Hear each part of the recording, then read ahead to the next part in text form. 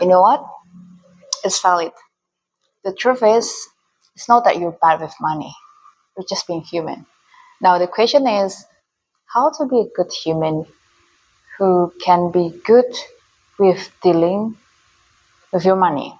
You know that feeling, right? When you walked into a store for a carton of milk and walked out with a shopping cart full of artisanal cheeses, or a gadget you saw on TikTok and a vague sense of shame. Or how about that short thing stock tip from your brother-in-law that now looks less like a rocket to the moon and more like a submarine?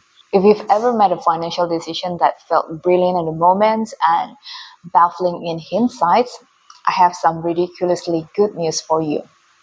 You're not bad with money. You're just human.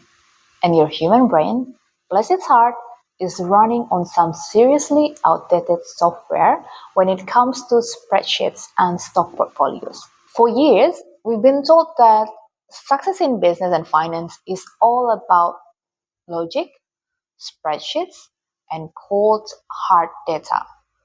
Well, that's a myth. The real game changer isn't a better financial advisor. It's understanding the quirky, emotional, and sometimes downright irrational roommate living between your ears. Welcome to the what word of your own mind.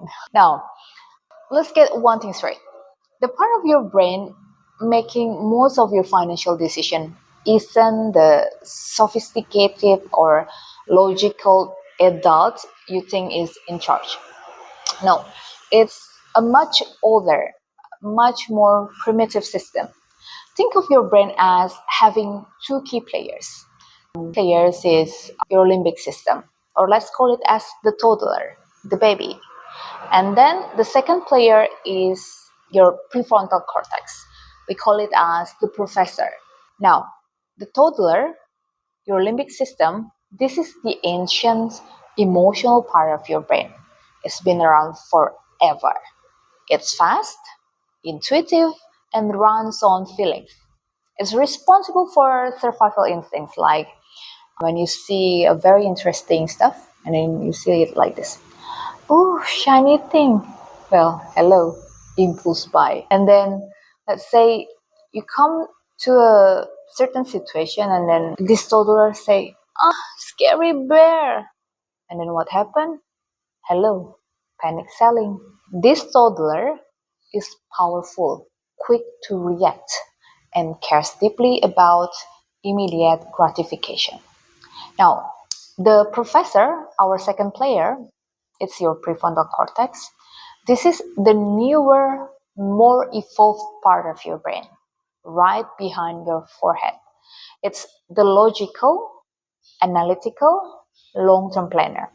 It's the part that knows you should save for retirement and that buying another subscription service is a terrible idea. Here's the kicker. The toddler is Usain Bolt, and the professor is a sleepy sloth.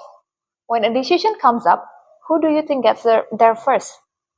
You think it's the professor? No, it's the toddler. Every time.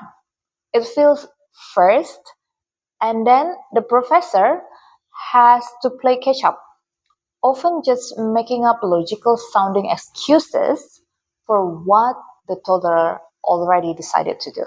This, my friend, is the core of neuroeconomics and behavioral finance, the mind-blowing science of how your brain's biology shapes your economic life. Why this matters to your brain and your bank account. We have a lightning fast toddler and a slow-moving professor running the show, right?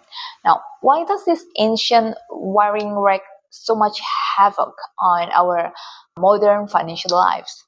Because the world of money is a playground designed specifically to delight the toddler. Let's take some cases here.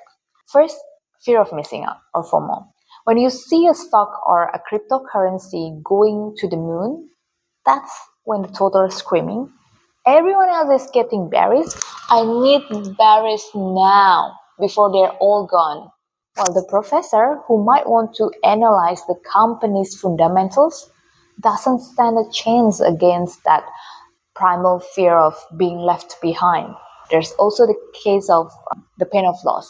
Neuroscientists have found that losing money activates the same areas of the brain as physical pain. This is why we make terrible decisions to avoid a loss. We'll hold on to a losing investment way too long, hoping it will turn around, because selling it would make the loss real. The toddler hates pain and will do anything to avoid it, even if it means making a bigger financial mess later. The professor's advice to cut your losses is drowned out by the screams of ouch. Now let's take the case of the seductions of the word free. Why do we buy things we don't need? We buy this unneeded thing just because shipping is free. Because the toddler hears free and loses its mind. The concept of getting something for nothing is so powerful. It completely short circuits the professor's ability to calculate the actual cost. Now, understanding this internal tug of war is the single most powerful financial tool you will ever possess. It's not about fighting your brain, it's about learning to work with it. We can create systems and habits that give our inner professor a fighting chance to be heard. Now, let's do some deliberate practice. It's a challenge. I'm not going to ask you to change your budget or rebalance your portfolio. Not yet. For the next 48 hours, I want you to do just one thing. It's an experiment, not a chore. Your only mission is just notice the feeling. Every time you're about to make a decision involving money, whether it's buying a coffee, or checking your investment app, or considering a new subscription, please pause. Don't judge, don't act, just ask yourself, what am I feeling right now? Is it excitement, fear, boredom, or the thrill of the hunt? That feeling, whatever it is your inner toddler talking. The simple act of noticing it is revolutionary. You're turning on the lights and seeing the wiring for the first time. You're giving your inner professor a precious moment to wake up. Stretch and walk to the podium. That's the first step to making your brain your greatest financial asset, not your greatest liability. See?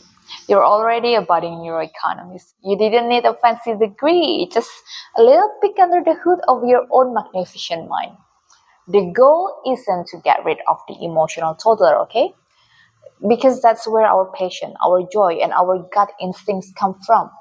The goal is to build a beautiful, collaborative friendship between your heart and your head.